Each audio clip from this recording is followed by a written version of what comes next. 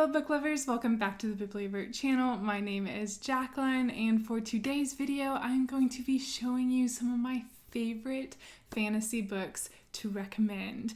Now, some of them are very, very popular, and then I tried to pick some that I don't see super often. So I am going to go ahead and start with the popular ones just to go ahead and get those out of the way, but these are absolutely some of my favorites.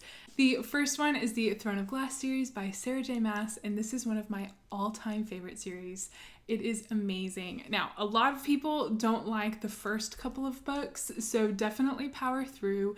This series is so good, and it's also so near and dear to my heart. It follows Selena, who is an assassin, and in the first book, she has to kind of go through trials in a competition in order to become the king's assassin. It's so good, y'all. This series is fantastic. The twists and the turns and just all of it is incredible. Some of the best characters and side characters ever. So many things that I didn't see coming. I just love it. I fell in love with this series. I reread it. I stayed in love with this series. It's just so incredibly good. The second one is Six of Crows by Leigh Bardugo, and this is a duology. The second one is Crooked Kingdom, and this series is so good. It is so clever. You really fall in love with the characters. There are 6 of them, and they just kind of make their way in your heart, and you can't help but just fall in love with each and every single one of them. The situations that they are put in, if you like found family, this is a heist book, and it's just clever and good, and you're really rooting for them, and you want them to come out on top, and it's just absolutely fantastic. This is my favorite of Leigh Bardugo's works, and she did such a great job creating such a diverse cast of characters, and just like really melding them all in together. All right, the next one is probably my favorite series of all time, and it is An Ember in the Ashes by Sabaa Tahir, and y'all, oh my gosh, this is good. First off, the writing is just incredible, and also Sabaa Tahir has zero qualms of just like killing off any character you like or just really putting them through the ringer, so you just feel a very wide array of emotions. This book is very inspired by Middle Eastern mythology, but then also kind of like ancient Rome thrown in there as well, and it is just absolutely superb. You follow Laia and Elias as they are trying to navigate 2 very different worlds from one another with the expectations that they have. Laia is just wanting to save her brother, and Elias is just wanting to survive the military, and it is really well done. So just a little warning, this is definitely a plot-focused series. Now, there are really fantastic moments of character development, but I would say that the plot is kind of the central focal point, as well as there's not very much romance. So if you really like to have romance in your books, that might be a good thing to kind of go into knowing that there aren't a whole lot of romance moments in it. But it is fantastic. Again, one of my favorites. I'm really sad that this series is over, but I think Sabaa Tahir did a really great job wrapping it up. Okay, the next one is one that I have talked about quite a bit recently on this channel, and it is The Gilded Wolves by Roshni Chachki, and I really enjoyed this book a lot. I was pleasantly surprised. The magic is fascinating. I love the way that it works. It's also set in Paris in 1889, and it is also a found family kind of heist situation, but I do think it's fairly different from Six of Crows in the sense that it almost felt more like National Treasure to me than kind of the Ocean's 11 Six of Crows style things. However, this group of characters, again, is fantastic. You fall in love with each and every one of them. You hurt alongside of them. The storyline is absolutely heartbreaking, and it's just a really incredible read. I fell in love with every bit of it. Roshni Chachki's writing is really beautiful. I was so happy when The Silvered Serpents lived up to my expectations, that The Gilded Wolves left, and the last one, Bronze Beast, is coming out in September, and I cannot wait. I am super excited. Okay, moving on. Now, we're kind of leaving the like super popular territories and getting into the ones that are still definitely known, but probably aren't as popular as like Throne of Glass and Six of Crows and books like that. So, This next one, I personally absolutely loved. However, we did do it over on the Bibliovert podcast, and my co-hosts did not enjoy it as much as I did. But it is Heartless by Marissa Meyer, and this is the villain origin story of the Queen of Hearts from Alice in Wonderland, and I absolutely adored and devoured this book. So you follow Kath, who is just a really sweet girl who wants to open a bakery, but she has caught the eye of the king, and she is very politely trying to extract herself from that situation because all she wants to do is be a baker and have a store and enjoy her life. And unfortunately, it doesn't quite go her way. I adored this book probably because I love baking as well, and so I felt like there were things about Kath that I could relate to, and I just really fell in love with her and the characters that were built. If Alice in Wonderland is really not your vibe, kind of like the madness and insanity that is found within that story, then this one might not be for you. Marissa Meyer leans into it. It's not too heavy-handed, but I mean, it's definitely there because it is an Alice in Wonderland retelling, so keep that in mind. That was definitely the reason that Anna Kate, Laurie Beth, and Allie did not enjoy this book, because they really don't like Alice in Wonderland. But I thought it was really well done. I thought the whimsy and even the madness was kind of a perfect touch for it.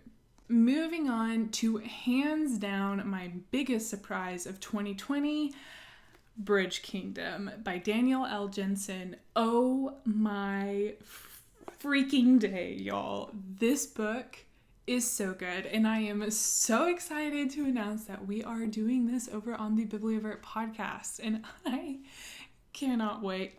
This, without a doubt, is probably my favorite first 3 chapters ever. My jaw was on the ground, did not see it coming, was flabbergasted, completely out of left field, and expertly done. This book is fantastic. We follow Lara, who was raised to be an assassin to marry a neighboring king and pretty much dismantle his empire from the inside out. It's fantastic. It is so good. And I'm very pleased to say that Traitor Queen, the second book in the duology, lives up to the first one. It's absolutely fantastic. If I could recommend pretty much one series to everyone, it would be this. It is so good, and I love it. It's one of my all-time favorites. So the next 2 are both books done by Renee Audier, and I have absolutely loved them both, The Beautiful and The Wrath in the Dawn. Now, The Beautiful is a vampire witch book that is set in New Orleans in the 1800s. Celine has fled from Paris and has gone to New Orleans to start over, and she meets Sebastian, who is a vampire, and chaos ensues. It is a really beautiful, atmospheric book that I absolutely fell in love with from the very beginning. Renee Audier just has this amazing ability to immerse herself in whatever story she's telling and make it unique and do it justice. And I thoroughly enjoyed The Beautiful and The Damned, and the 3rd book in the series is coming out, I believe, later on this year. The other one is The Wrath in the Dawn, also by Renee Audier, and I loved this book so much. You follow Shazi, who has volunteered to marry the Caliph, who has had a history of marrying a woman at night and her being dead by the next morning. So she marries the Caliph in order to avenge one of her best friends who has previously been killed by the Caliph, and she unlocks all of these sinister reasons why the Caliph is murdering all of these women. This is also a duology. It is very Middle Eastern inspired. I felt like it was beautifully, beautifully done. These stories that are interwoven into this book just captivated me from the very beginning. Shazi is such an amazing character, and you also enjoy getting to know the Caliph as well. and I'm going to leave it at that. And the next one was our June book buddy read, and it is Spin the Dawn by Elizabeth Lim. So this is marketed as a Project Runway meets Mulan retelling, and I'm not gonna lie, I was a little bit nervous. I am not good with fashion, so I was a little bit hesitant in regards to starting this book.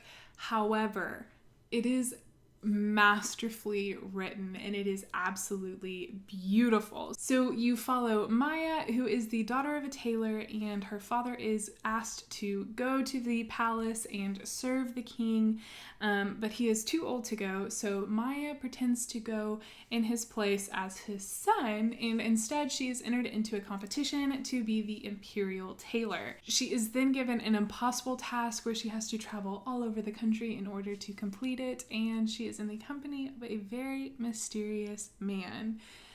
I absolutely adored this book, adored the writing. I thought it was such an enjoyable plot. The characters were absolutely fantastic. The mythology that was woven in throughout this book was just such a fantastic addition to this storyline, and I am really, really excited to read the sequel, which is Unravel the Dusk.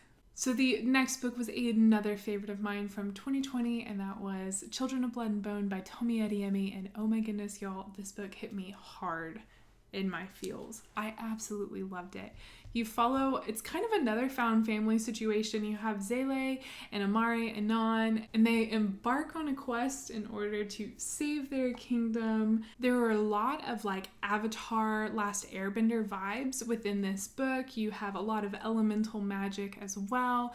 The ending is like gut-wrenching, and again, the characters are just fantastic. This is a multiple POVs, so you get to see from a bunch of different characters. I was absolutely sucked into this book from the very beginning. I'm pretty sure I read it in one sitting. I did not want it to end. I was absolutely fascinated by this book, and I truly cannot recommend it enough. So my next recommendation is actually a standalone, and if you are looking for like a sprinkling, a light dusting, if you will, of A Court of Thorns and Roses vibes, then you might enjoy this one. It is A Deal with an Elf King by Elise Kova. Now, this book, I didn't have a whole lot of expectations for reading this one going into it. However, I found myself actually really enjoying it. So we follow Luella, and she has been given over to the Elf King to be a bride. She's never met him before. She is forced to leave her village and go with her new husband to his country.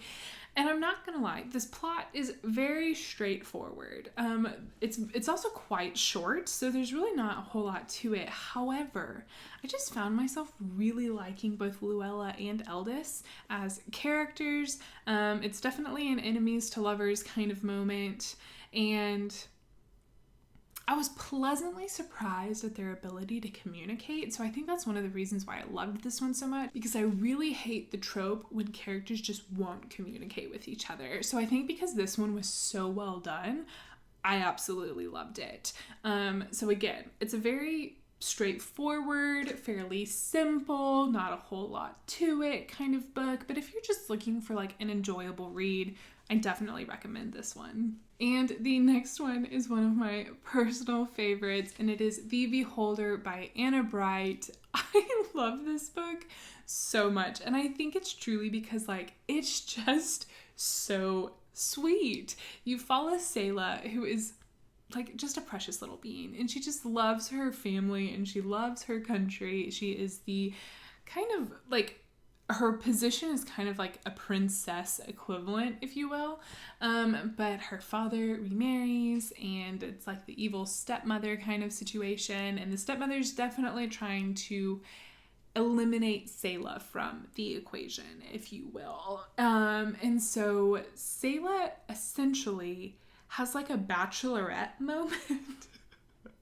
where she sails to other kingdoms to meet their eligible princes, and she has to decide which one she's going to marry. I really loved it.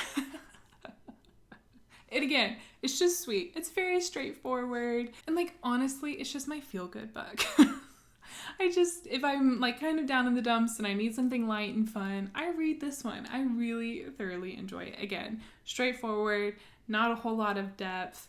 There's, nothing's gonna like jump out and surprise you, or like there's a great trick or anything like that. It's just a sweet, precious book. I absolutely loved it. But yeah. Alright, well that is it for this video. I hope you enjoyed it. Those are definitely some of my all-time favorite books to recommend to people.